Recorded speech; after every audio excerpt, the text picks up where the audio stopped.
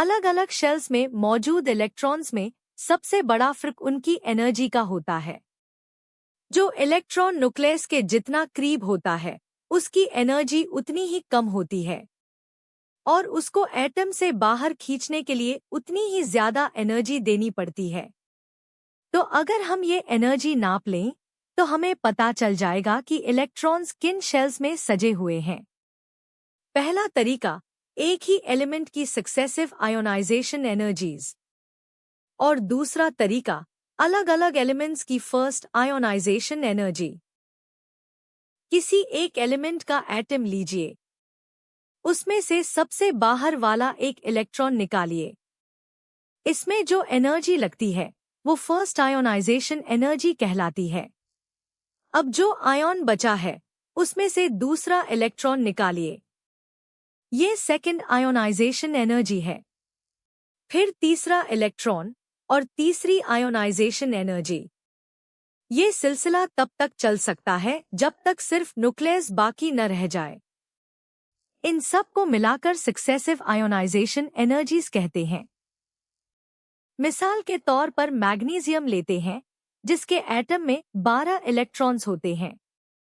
हम हर ionisation energy की log value को निकाले गए इलेक्ट्रॉन्स की तादाद के सामने प्लॉट करेंगे।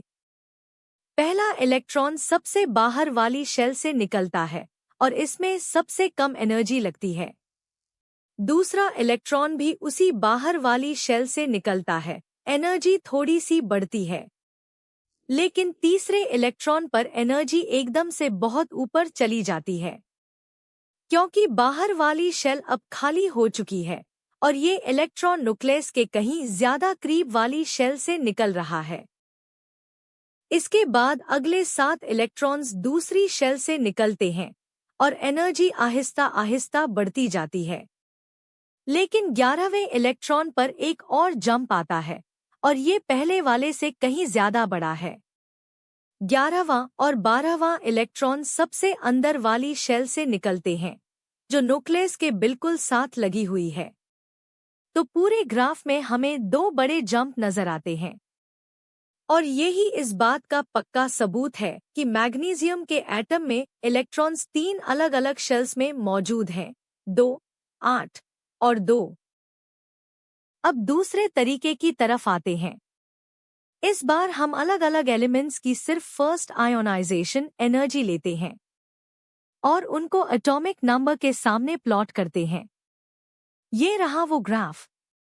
इस ग्राफ की पहली बात यह है कि हर आयोनाइजेशन एनर्जी स्ट्रांगली एंडोथर्मिक होती है, यानी एटम में से इलेक्ट्रॉन निकालने के लिए हमेशा बाहर से एनर्जी देनी पड़ती है। अब एक ग्रुप में ऊपर से नीचे चलिए। हीलियम से नियॉन और नियॉन से आर्गन। आयोनाइजेशन एनर्जी कम होती चली जाती है। इसी तरह लिथियम से सोडियम और सोडियम से पोटेशियम। यहाँ भी वही गिरावट है। वजह यह है कि ग्रुप में नीचे जाते हुए शेल्स की तादाद बढ़ती जाती है, एटम बड़ा होता जाता है और वैलेंस इलेक्ट्रॉन्स पर न्यूक्लियस की पकड़ कमजोर पड़ती जाती है। इसलिए इलेक्ट्रॉन निकालना आसान होता जाता है। अब एक पीरियड में बाएं से दाएं चलिए। यहाँ आयोनाइजेशन एनर्जी आम तौर पर बढ़ती जाती है। हर पीरियड में ग्रुप 1 के एलिमेंट्स यानी अल्कलाई मेटल्स की आयोनाइजेशन एनर्जी सबसे कम होती है और नोबल गैसेस की सबसे ज्यादा। वजह यह है कि पूरे पीरियड में शेल वो ही एक रहती है। प्रोटॉन्स की तादाद बढ़ती जाती है और नए इलेक्ट्रॉन्स उसी शेल में शामिल होते जाते हैं। इसलिए न्यूक्लियस वैलेंस इलेक्ट्रॉन्स को ज्यादा जोर से खींचता है और आयोनाइजेशन एनर्जी बढ़ जाती है। चलिए खुलासा करते हैं। एक ही एलिमेंट की सक्सेसिव आयोनाइजेशन एनर्जीज हमें उसकी शेल्स दिखाती हैं। मैग्नीशियम में 2 बड़े जंप आते हैं, इसलिए उसके इलेक्ट्रॉन्स 3 शेल्स में हैं, 2, 8 और 2 ग्रुप में नीचे जाते हुए फर्स्ट आयोनाइजेशन एनर्जी कम होती जाती है और पीरियड में आगे बढ़ते हुए बढ़ती जाती है। यही आयोनाइजेशन एनर्जीज हमें एटम की इलेक्ट्रॉनिक स्ट्रक्चर तक ले जाती हैं।